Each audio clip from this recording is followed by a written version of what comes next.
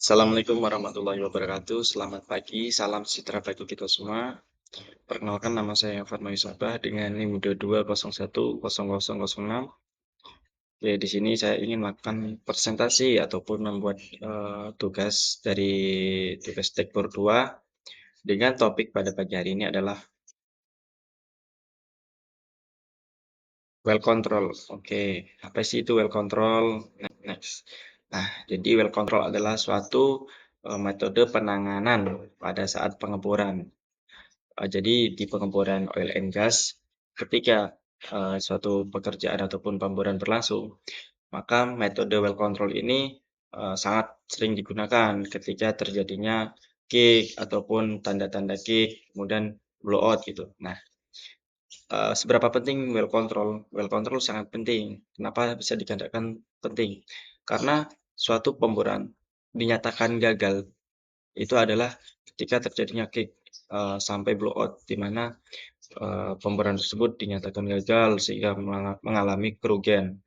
Nah, jadi well control itu sendiri adalah metode di mana untuk menangani kick, kick yang akan terjadi. Apa sih itu kick? Jadi kick adalah masuknya fluida dari formasi ke dalam lubang sumur. Jadi fluida di dalam formasi masuk ke dalam lubang sumur. Nah, bagaimana bisa masuk ke dalam lubang sumur?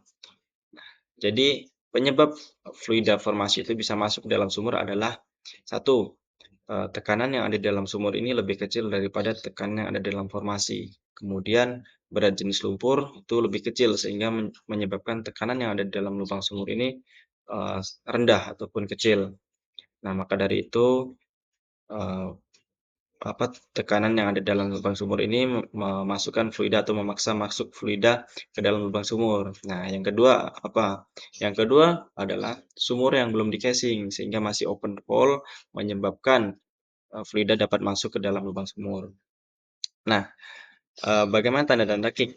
Tanda-tanda kick yang pertama adalah pressure yang ada di drill pipe akan naik drastis. Uh, Contoh saja ketika pengeboran berlangsung, sebelum terjadinya tanda-tanda kick di 100 PSI, saya anggaplah 100 PSI. Kemudian pressure dalam casing tiba-tiba naik juga. Yang awalnya contoh saja 150 PSI, kemudian naik ke 200 maupun 300. Nah, itu sudah tanda-tanda kick, naiknya pressure eh, secara drastis. Oke, selanjutnya adalah eh, volume lumpur yang ada di dalam mud pit itu bertambah. Kenapa bisa bertambah? Ya karena tadi fluida dari formasi masuk ke dalam lubang sumur sehingga volume lumpur bertambah tercampur oleh fluida dalam formasi batuan. Oke, kemudian apa tanda-tanda selanjutnya? Ketika pengeboran berlangsung, kemudian lumpur bertambah, dan ketika mud pump itu pompa lumpur, ketika dimatikan, lumpur keluar dengan sendirinya. Jadi sumur dari subsurface keluar ke surface itu dengan sendirinya tanpa dihidupkannya mud pump. Nah, itu sudah tanda-tanda kick, di mana fluida sudah masuk ke dalam sumur. Oke, nah, selanjutnya, next. Oke, tadi metode apa saja yang digunakan dari suatu pekerjaan well control. Nah, dari metode yang saya dapat dari salah satu sumber, itu ada 6.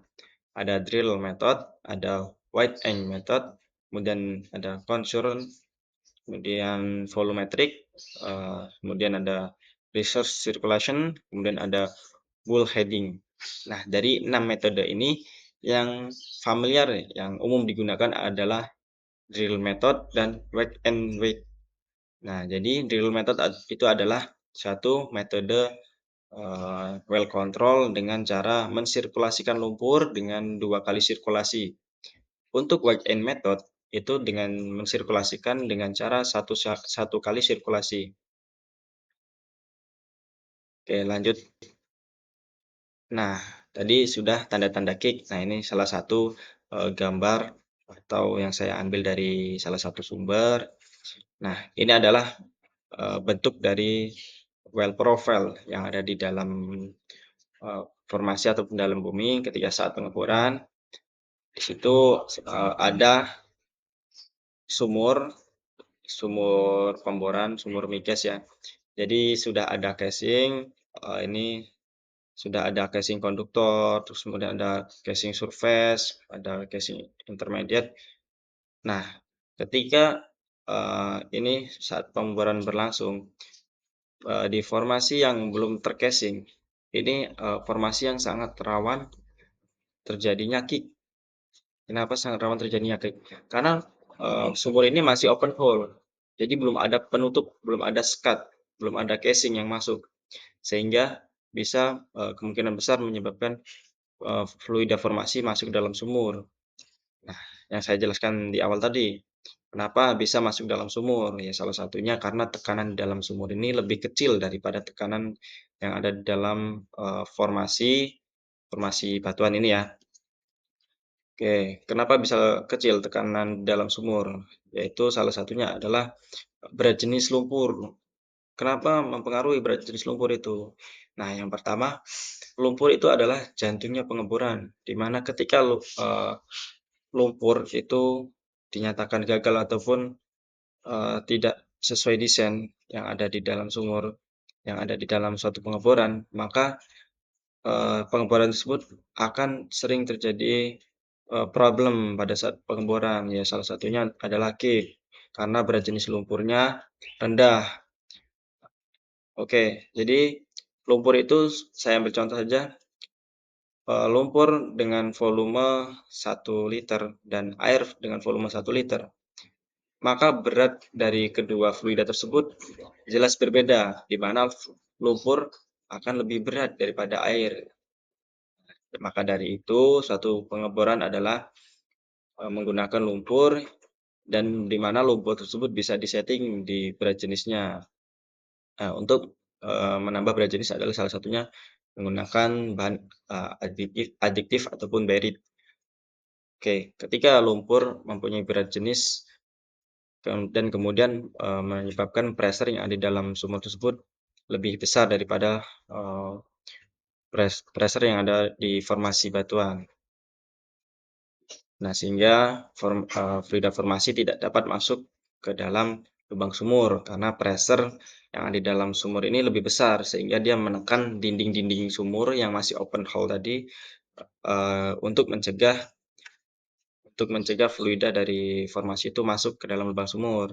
Nah, jadi di dinding-dinding sumur ini, ditekan oleh lumpur. Oke, selanjutnya perhitungan yang digunakan untuk mengetahui hidrostatik pressure ataupun, pressure hidrostatik.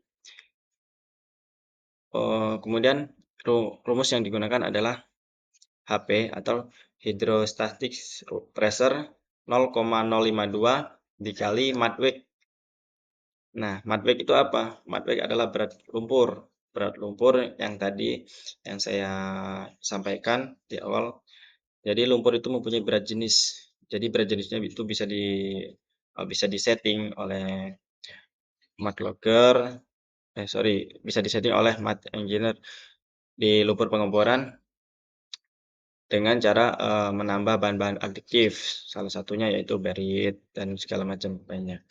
Nah, kemudian data yang digunakan selanjutnya ada apa? Kemudian ada kedalaman atau TVD, True Vertical Depth. Nah, di sini True Vertical Depth ini dari mana? Nanti ada di slide selanjutnya. Jadi rumusnya adalah 0,052 dikali mud weight, kemudian dikali TVD. Kemudian kita lanjut di rumus perhitungan hydrostatic pressure, di mana tadi data yang digunakan adalah rumus baku, di mana rumusnya adalah 0,052 dikali berat jenis lumpur. Nah, di sini berat jenis lumpur yang digunakan contohnya adalah 10 ppg atau pounds per gallon. dikali dengan DVD, True Vertical Depth. True Vertical Depth-nya berapa? True Vertical Depth-nya di case ini adalah 10.000 feet. Ini satuannya feet ya. Kemudian dikalikan 0,052 dikali 10 dikali 1000. Nah, jadi dari tekanan hidrostatik pressure kita ketahui adalah 5.200 PSI. Oke, nah jadi ini adalah salah satu gambaran eh, di mana ada lubang sumur, ada rig pemboran, dan juga ada mud pump. Oke, saya jelaskan sedikit saja. Untuk di sini lumpur masuk ke dalam sumur melalui drill pipe atau lubang drill pipe ataupun inside diameter drill pipe. Nah, kemudian masuk. Nah, ketika masuk di dalam ini, kemudian si lumpur ini keluar. Keluar dari mana? Keluar dari nozzle yang ada di bit. Kemudian keluar dari nozzle yang ada di bit, kemudian dia keluar naik ke atas sembari mengangkat cutting-cutting yang ada di dalam sumur yang sudah digerus oleh bit untuk diangkat kemana? Untuk diangkat ke permukaan dengan cara tadi mengikuti dengan cara ikut terbawa oleh sirkulasi lumpur. Nah, maka dari itu tadi berat jenis lumpur harus lebih besar daripada formasi. Kenapa? Ya karena supaya tidak masuk fluida ke dalam lubang sumur. Karena di dalam sumur ini tekanannya harus lebih besar dari tekanan yang ada di formasi batuan. Oke, lanjut tadi cutting terbawa oleh lumpur ya, lumpur naik ke permukaan dan kemudian selanjutnya terus berulang seperti itu. Oke,